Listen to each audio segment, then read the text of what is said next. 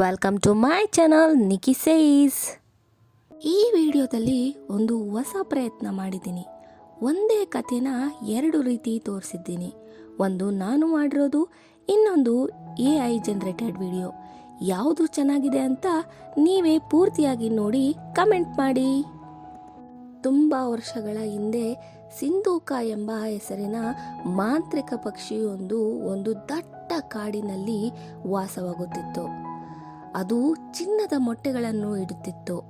ಒಮ್ಮೆ ಒಬ್ಬ ಹಕ್ಕಿ ಶಿಕಾರಿಯವನು ಆ ಕಾಡಿಗೆ ಬಂದನು.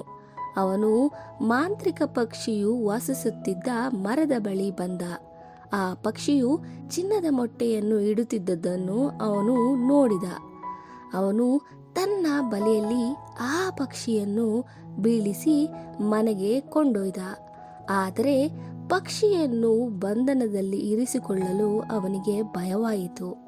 ಅಕ್ಕಿಯ ಬಂಗಾರದ ಮೊಟ್ಟೆಗಳಿಂದ ಬೇಗನೆ ತಾನು ಶ್ರೀಮಂತನಾಗಬಹುದಾದರೂ ತಾನು ಇತರರ ಹಣವನ್ನು ಕದ್ದು ಶ್ರೀಮಂತನಾಗುತ್ತಿರುವುದಾಗಿ ದೊರೆಯು ಭಾವಿಸಬಹುದು. ದೊರೆಯು ತನ್ನನ್ನು ಸೆರೆಮನೆಯಲ್ಲಿ ಕಳಿಸಬಹುದು. ಆದ್ದರಿಂದ ತಾನೇ ಸ್ವತಃ ಮಾಂತ್ರಿಕ ಪಕ್ಷಿಯನ್ನು ದೊರೆಗೆ ಕಾಣಿಕೆಯಾಗಿ ನೀಡುವುದೇ ಉತ್ತಮ ಎಂದು ಅವನು ಭಾವಿಸಿದನು. ಹೀಗೆ ಯೋಚಿಸಿದ ಹಕ್ಕಿ ಶಿಕಾರಿಯವ ದೊರೆಗೆ ಮಾಂತ್ರಿಕ ಪಕ್ಷಿಯನ್ನು ಕಾಣಿಕೆಯಾಗಿ ನೀಡಿದ. ದೊರೆಯು ತುಂಬ ಸಂತೋಷಪಟ್ಟ.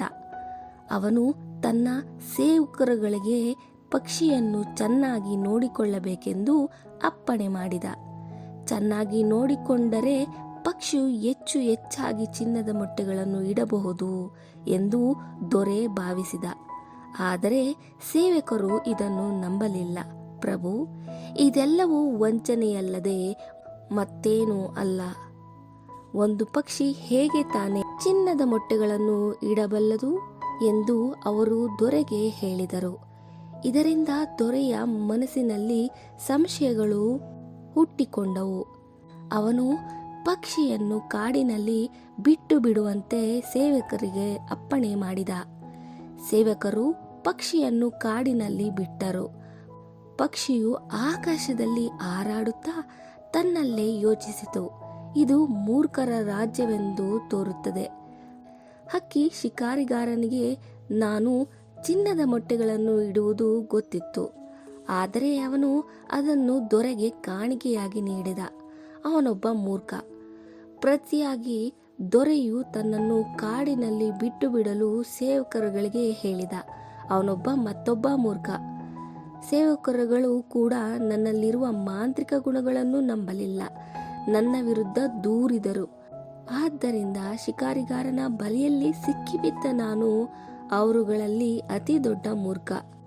ಈ ಕಥೆಯ ನೀತಿ: ಒಬ್ಬರ ಸಲಹೆ ತಗೊಂಡು ನಾವು ಕೆಲಸ ಮಾಡ್ತೀವಿ ಅಂದ್ರೆ ನಮ್ಮ ಕಣ್ಮುಂದೇನೆ ಆಪರ್ಚುನಿಟಿ ಮಿಸ್ ಆಗುತ್ತೆ. ಪ್ರತ್ಯಕ್ಷವಾಗಿ ಕಂಡ್ರೂ ಪ್ರಮಾಣಿಸಿ ನೋಡ್ಬೇಕು.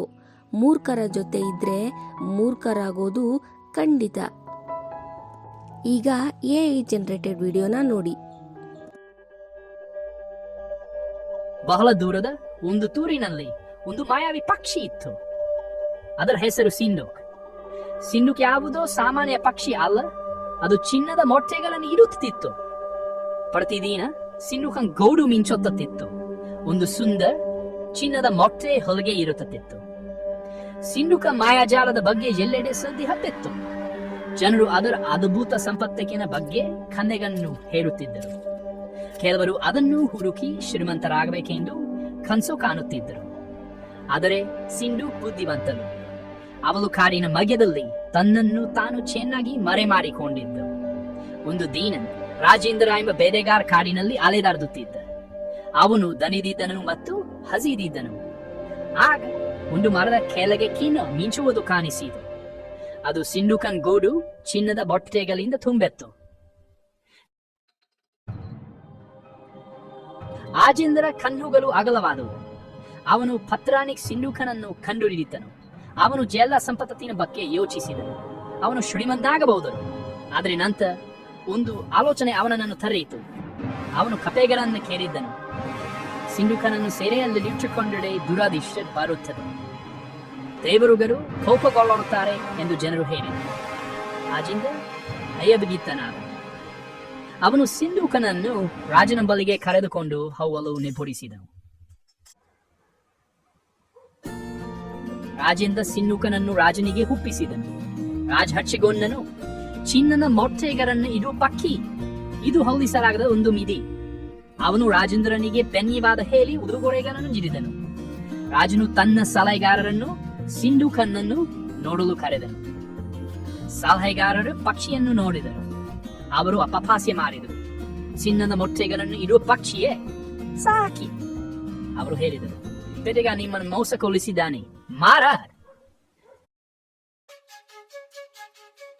ರಾಜನು ತನ್ನ ಸಲಹೆಗಾರರ ಮಾತು ಕೇಳಿದನು. ಅವನು ನಿರಾಶೆಗೊಂಡನು.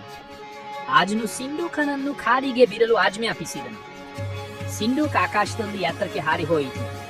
ಅವಳು ಕೆಳಗಿನ ರಾಜ್ಯವನನ್ನು ನೋಡಿದಳು. ಆ ಮನುಷ್ಯರು ಜಾಸ್ತಿ ಮೂರ್ಖರು, ಅವಳು ಯೋಚಿಸಿದಳು. ನಿಜವಾದ ಮಾಯೆಯನ್ನು ನೋಡಿದಾಗ ಅವರಿಗೆ ಗುರುತಿಸಲು ಸಾಧ್ಯವಾಗಲಿಲ್ಲ. ಅವರು ತಮ್ಮ ಕಣ್ಣುಗಳಿಗಿಂತ ತಮ್ಮ ಮಾತುಗಳನ್ನು ನಂಬಲು ಬಯಸಿದರು. ಸಿಂಧೂಕ್ ಸೂರ್ಯಾಸ್ತದಲ್ಲಿ ಕಣ್ಮರೆಯಾದರು. ರಾಜ್ಯವನ್ನು ಬಿಟ್ಟು ಸುವರ್ಣ ಪಕ್ಷಿ ಮುಕ್ತವಾಯಿತು. ಸತ್ಯವನ್ನು ಯಾವಾಗಲೂ ಹುಡುಕಬೇಕೆಂಬ ಜನ್ಮಾಪನೆ. Thank you for watching. Keep watching. See you on the next video.